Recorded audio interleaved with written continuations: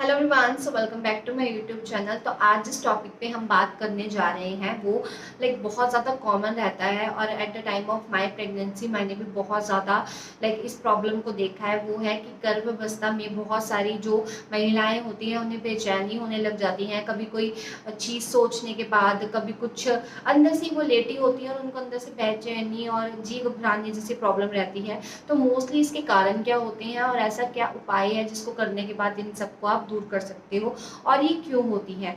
आपको इस वीडियो में इन 3 सवाल के जवाब क्लियरली मिल जाएंगे और आपके कोई भी अगर डाउट होंगे वो डेफिनेटली क्लियर हो जाएंगे। तो चलिए वीडियो स्टार्ट करते हैं। तो देखो, सबसे पहले मैं बात कर लेती हूँ ऐसे क्या कारण होते हैं जिसकी वजह से आपको बेचैनी बनी रहती है। तो पहले तो मैं ये बता दूं कि 10 में से 1 से ज़्यादा वुमेन ऐसी होती हैं जिनको ये घबराहट, बेचैनी समस्या रहती है।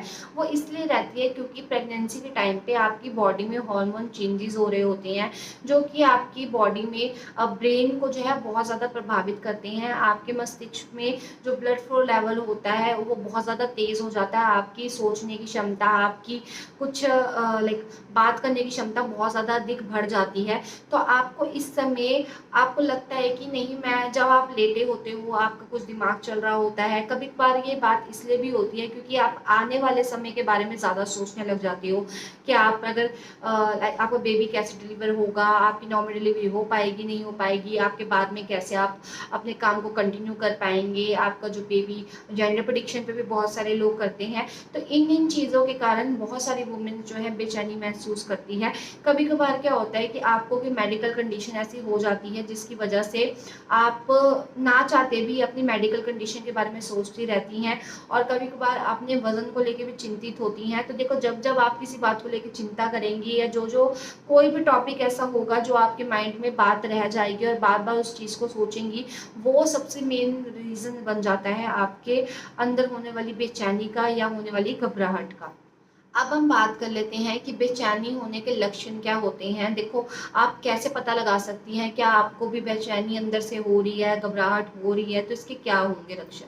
तो देखो, सबसे पहले तो आप बहुत ज़्यादा सोचने लग जाएंगी।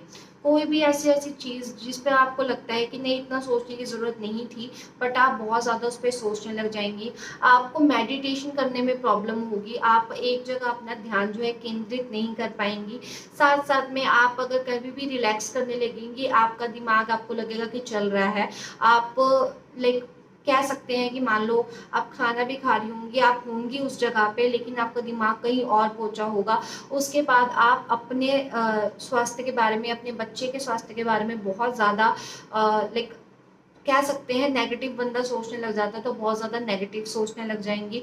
उसके अलावा आपकी कोई ऐसी जो पास्ट में आपके साथ हुआ हो, पास्ट में, इट मीन्स डजंट मीन कि ऐसा कुछ जो 10-12 साल पहले का है, ऐसा कुछ जो आपको इफेक्ट करी हो बात, बार बार आपके दिमाग में वही बात आपको दिखेगी। क्योंकि जब आपके अंदर बॉडी में बेचैनी होने लगती है, घबराहट होने लगती है, वो इसी कारण होती है कि हम लेते हैं बहुत ज़्यादा स्ट्रेस। किसी भी चीज़ का स्ट्रेस लिया हुआ प्रेगनेंसी में आपके लिए भी नुकसानदेह होता है, बच्चे के लिए भी होता है। बट स्ट्रेस जो ऐसी चीज़ है जो हम खुद नहीं लेते, डेफिनेटली सबके माइंड में खुद ही आता है और हम ना चाहते भी उसको दूर नहीं कर सकते। मेडिटेशन करना चाहेंगे तो बेचैनी एक ऐसी चीज़ होती है, आप चाहकर भी मेडिटेट नहीं कर पाएंगे। तो ये लक्षण नज़र आए तो आप समझ जाओ कि आप जो है वो घबराहट या बेचैनी से कह सकते हो कि आप उस समय से गुजर रही हो। तो अब इस चीज़ को दूर कैसे करना है, अब उस चीज़ पे हम बात करेंगे। अब वन बाय वन मैं आपको इसके उपाय बताती हूँ, क्योंकि उपाय जो है वो थोड़ा डिटेल में बताने पड़ेंगे, ऐसे आपको मे बी ना मेरी इतनी बात क्लियर हो पाए। सबसे पहले तो आपको डॉक्टर से बात करनी चाहिए, क्योंकि सबसे बड़ा साथी आपकी प्रेगनेंसी में आपके घर वाले या आपका डॉक्टर ही होता है। अगर आपको लगता है कि ऐसी कोई बात है जो आप अपने घर वालों के साथ शेयर नहीं कर सकते, आप अपने डॉक्टर के साथ कर सकते हो। अगर उन्हें लगेगा कि आपकी जो प्रॉब्लम है वो थोड़ी सी क्रिटिकल है, सीरियस है, तब आपको इस समय वो इमरजेंसी के तौर पे मेडिसिन रेकमेंड करते हैं जो आपके माइंड को थोड़ा सा शांत रखने में मदद करेगी और आपको जो स्लीपिंग प्रॉब्लम हो रही होगी, क्योंकि दिमाग आपका चलता रहता है जिसकी वजह से नींद की प्रॉब्लम हो जाती है, वो भी आपको बहुत हद तक कम हो जाएगी।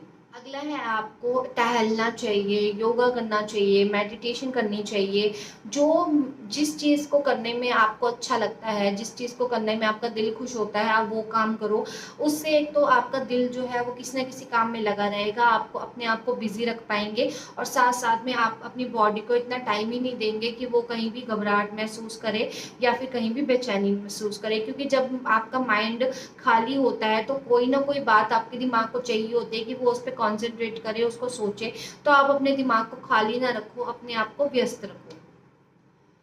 अगला है अगर आपको नींद की समस्या है, आपको नींद नहीं आ पा रही रात को, क्योंकि क्या होता है ज़्यादातर दिमाग हमारा रात को ही चलता है, क्योंकि हमें रात को नींद नहीं आ पाती और हम कुछ ना कुछ सोचने लगते हैं। तो आपको दिन में जब भी नींद आए तो आपको झपकी ले लेनी चाहिए। आप अपनी बॉडी को एक तो रिलैक्स देंगे, साथ-साथ में आपको जो बॉडी को नींद की प्राप्त मात्रा में नींद चाहिए 8 से 9 घंटे की, वो आप ये झपकियों में अपनी बॉडी को कह सकते हो कि आप प्रोवाइड करवा दोगे, तो आपकी बॉडी में जो नींद की कमी है, जिसकी वज़ह से भी समस्या क्रिएट होती है, वो नहीं होगी। अगला है, अगर आपको किसी से बात करने का मन करे और आपको लग रहा है कि नहीं मैं किससे बात करूँ, मैं अपनी बात किसी से शेयर नहीं कर पा रहे, तो आपको जो है डायरी लिखनी चाहिए। देखो सबसे ज़्यादा एक तो आप अपनी प्रेगनेंसी जर्नी को वहाँ पे शो कर सकते हैं, आप बाद में उसको पढ़कर वो एक्सपीरियंस अपना जो भी आपने उस टाइम पे फेस किया है, खुशी का, दुःख का और कुछ भी एक्सपीरियंस है, वो आप एक तो शेयर कर सकते हैं। साथ-साथ में आपकी वो डायरी बहुत टाइम तक आपके साथ रहेगी और जब आप उसको पढ़ेंगी तो वो इमोशंस आपके अंदर दोबारा आएँगे। और साथ-साथ में जो आपको प्रॉब्लम रहती है ना कि मैं अपनी बात किसी से कह नहीं पाती, तो ये प्रॉब्लम भी आप डायरी लिखने के बाद सॉर्ट आउट कर लेंगे।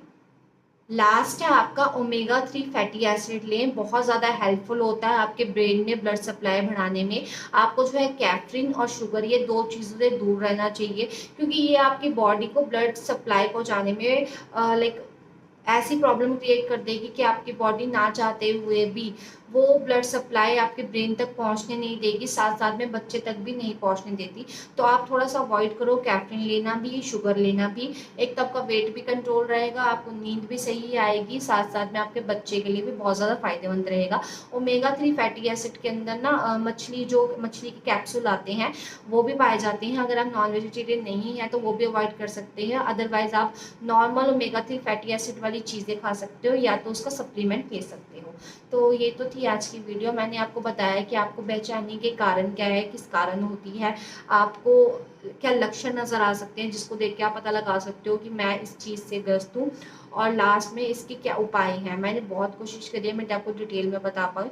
तो ये वीडियो यहीं ख़त्म करती हूँ। उम्मीद करती हूँ आपको समझ आ गया होगा। तो अब मिलते हैं आपसे अगली वीडियो में, तब तक के लिए बाय-बाय।